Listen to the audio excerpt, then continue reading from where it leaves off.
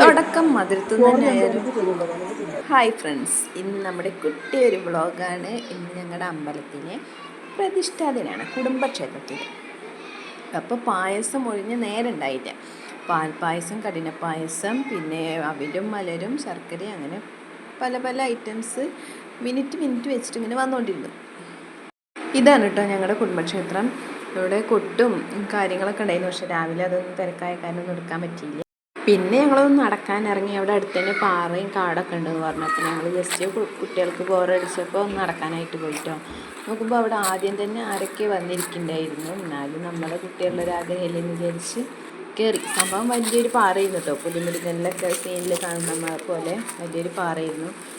അപ്പോൾ അവിടെ പിള്ളേർ കയറി. നല്ല അടിപൊളി സ്ഥലമായിരുന്നു കേട്ടോ, വൈബായിരുന്നു. അപ്പോഴാണ് നമ്മുടെ അപ്പൂപ്പന്താടി കയ്യിൽപ്പെട്ടത്. ഞങ്ങൾ അതാ എടുത്തിട്ട് കുറച്ച് കാര്യങ്ങളൊക്കെ റീലൊക്കെ എടുത്തിട്ടുണ്ടായിരുന്നു കേട്ടോ.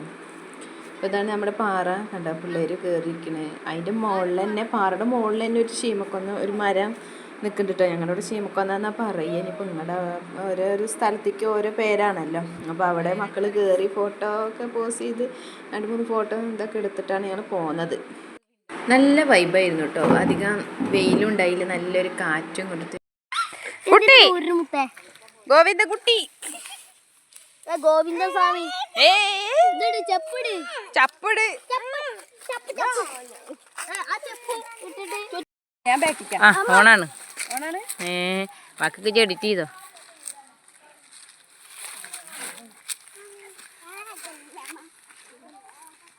പാറ കണ്ടു കഴിഞ്ഞപ്പോഴാണ് അവിടെ ഒരു കുളം ഉണ്ടെന്ന് കേട്ടത്. അപ്പം ഇനി ഏതായാലും ഇറങ്ങിയതല്ലേ, കുളം കൂടി കണ്ടിട്ട് തിരിച്ചു വരാമെന്ന് വിചാരിച്ചു. അങ്ങനെ അടുത്തതായിട്ട് നമ്മൾ ടാർഗറ്റ് വെച്ചിരിക്കുന്നത് കുളത്തിരിക്കാൻ കേട്ടോ.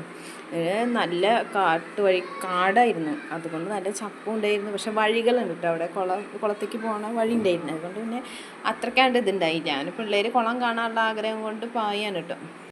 മുന്നിൽ പൊന്നും തക്കടും അബിയും പോണ്ടിട്ടാ, പിന്നിലത്തെ അവസ്ഥ ഞാൻ കാണിച്ചത്. ഇതാണ് എൻ്റെ പിന്നിലുണ്ടായിരുന്ന അവസ്ഥ. അങ്ങനെ ഞങ്ങൾ അവസാനം കുളത്തിലെത്തി.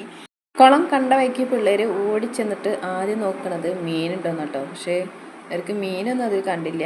പാലൊക്കെ കഴുകിയിട്ട് ഇത് പോന്നു. അപ്പോഴാണ് രമ്യ അവിടെ മുള്ളമ്പഴത്തുനിന്ന് ഓടിക്കേറിയത്. പിന്നെ മുള്ളുകുത്തലായി, മുള്ളുമ്പഴമായി, കുട്ടിക്കലായി, അവളായി, പിള്ളേരായി. ഞാൻ ഒന്ന് വീഡിയോ എടുക്കാൻ മാത്രം ചെയ്തുള്ളൂ കേട്ടോ. എനിക്ക് വയ്യ, മുള്ളു കുത്തണ ഒരുപാടൊന്നും ഞാൻ നിൽക്കില്ല. അതങ്ങനെ ഒരു കഥ.